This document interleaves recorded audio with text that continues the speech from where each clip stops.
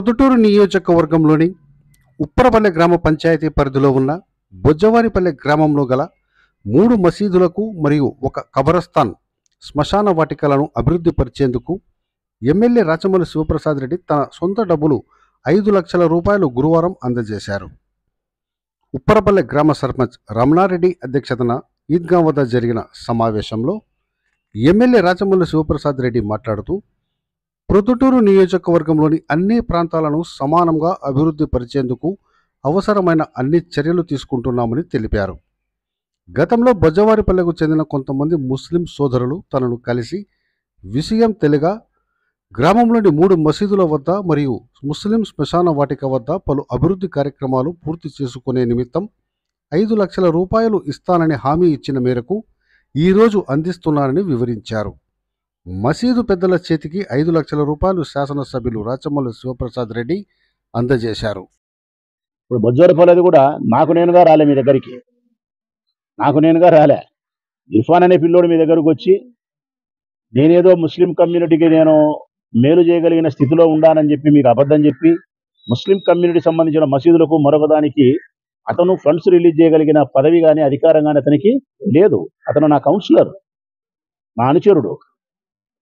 అతను ఈ బొజ్జవారిపల్లెలో ఉండే మసీదులను అభివృద్ధి చేయగలని కావాల్సిన రాజకీయ అధికారం లేదు. మిమ్మల్ని మిస్గైడ్ చేసినాడు అంతే.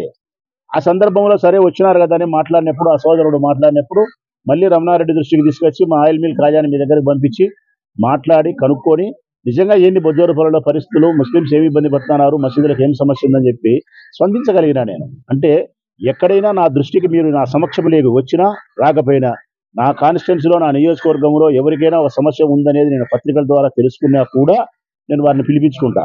ఆ సందర్భంలోకి పిలిపించుకొని మాట్లాడతా. ఆ సమస్య దగ్గరికి నేను పోతా, కళ్ళతో చూస్తా. నిజంగా అది సమస్య అయితే గన చేయాల్సిన పరిస్థితి ఉంటే గన ప్రభుత్వం ద్వారా చేసేదానికి వీలు ఉంటే ప్రభుత్వం ద్వారా చేస్తా. ప్రభుత్వం ద్వారా చేయడానికి ఫండ్స్ లేకుండా వీలు లేకపోతే నేను ఇవ్వడానికి అనుకూలమైన మొత్తం అయితే గన సెకండ్లలోనే ఇస్తా. ఇంతవరకు చేసినది ఇదే, నేను చేసిన కార్యక్రమం ఇదే. ఇప్పుడు బొజ్జవారిపల్లెలో జరిగినది కూడా అదే. ఏంటి సమస్య అంటే ఈ ఫలానా సమస్య.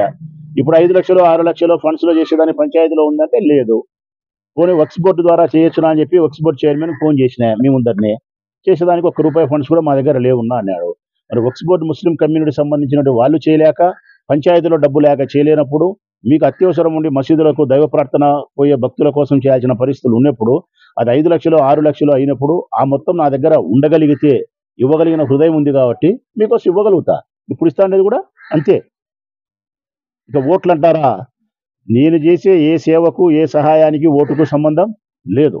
నా నాయకత్వాన్ని చూసి మీరు ఓటేయాలా, నా జెండా యొక్క సేవను చూసి మీరు ఓటేయాలా, నా హృదయాన్ని చూసి మీరు ఓటేయాలా. సమర్థవంతమైన నాయకుడు రాచమల్లు ఈ నియోజకవర్గాన్ని అభివృద్ధి చేయగలిగినాడు, ఈ ఊరును ప్రశాంతంగా ఉంచగలిగినాడు, లేకుంటే మా అవసరాలు తీర్చగలిగినాడు. మేము పోయినప్పుడు మా సోదరుల్లాగా మాతో ప్రేమగా గౌరవంగా మాట్లాడి మా బాధను వినగలిగినాడు, పరిష్కరించేదానికి ప్రయత్నం చేయగలిగినాడు. ఇతను ఒక మంచి మనిషి, లేకుంటే ఇతను ఒక మంచి నాయకుడు. దీన్ని విశ్వసించి ఓటేయాల అంతే. బొజ్జవారిపల్లెలో గడప గడపకు వైఎస్ఆర్ కాంగ్రెస్ పార్టీ జెండా స్పర్శించింటే, పేదరికంలో ఉండే ప్రతి గుమ్మాన్ని నా జెండా పై తగిలింటే, ప్రతి పేదరికంలో ఉండే ప్రతి తల్లికి చెల్లికి మేలు చేసి ఉంటే, మీ పిల్లల భవిష్యత్తు కోసం స్కూళ్ళు బాగు చేసి ఉంటే మా జెండాకు ఓటేయాల. నిష్పక్షపాతంగా, నిజాయితీగా, దళారు వ్యవస్థ లేకుండా పేదరికాన్ని ప్రామాణికంగా తీసుకొని అందరికీ ఇచ్చినాం. ఇప్పుడు మీలోనే ఇంతమంది ఉన్నారు, ఎంతమందికో సంక్షేమ పథకాలు అందరికీ వచ్చింటాయి ఉండే వాళ్ళల్లో. మీరందరూ వైఎస్ఆర్ కాంగ్రెస్ పార్టీకి ఓటేస్తారా? వేయరు. 90 మంది వేస్తారు, 10 మంది 90 మంది వేస్తారన్నా, 10 మంది వేయరు. కానీ ఆ 10 మందికి అమ్మఒడి ఇచ్చినాం, ఆ 10 మందికి డాక్రా రుణాలు మాఫీ చేసినాం, ఆ 10 మందికి 45 ఏళ్ళకి పెన్షన్ ఇచ్చినాం, ఆ 10 మందికి ముసలోళ్ళ లెక్క ఇచ్చినాం, ఆ 10 మందికి రైతు భరోసా ఇచ్చినాం, ఆ 10 మందికి ప్రేమనిచ్చినాం. బొజ్జవారిపల్లె ఉండే తెలుగుదేశం పార్టీ వానికి కూడా బువ్వ పెడతాం. కాకపోతే నా స్వార్థం ఒకటే, ఆ బువ్వ ఈ చేతిలో పెట్టాలా, ఆ బువ్వ ఈ చేతిలో పెట్టాలా. ఏ చేతులు? వైఎస్ఆర్ కాంగ్రెస్ పార్టీ జెండా పట్టుకునే చేతిలో పెట్టాలా ఆ బువ్వ. అది నా స్వార్థం. తప్ప ఇదేమన్నా? తప్పు కాదు.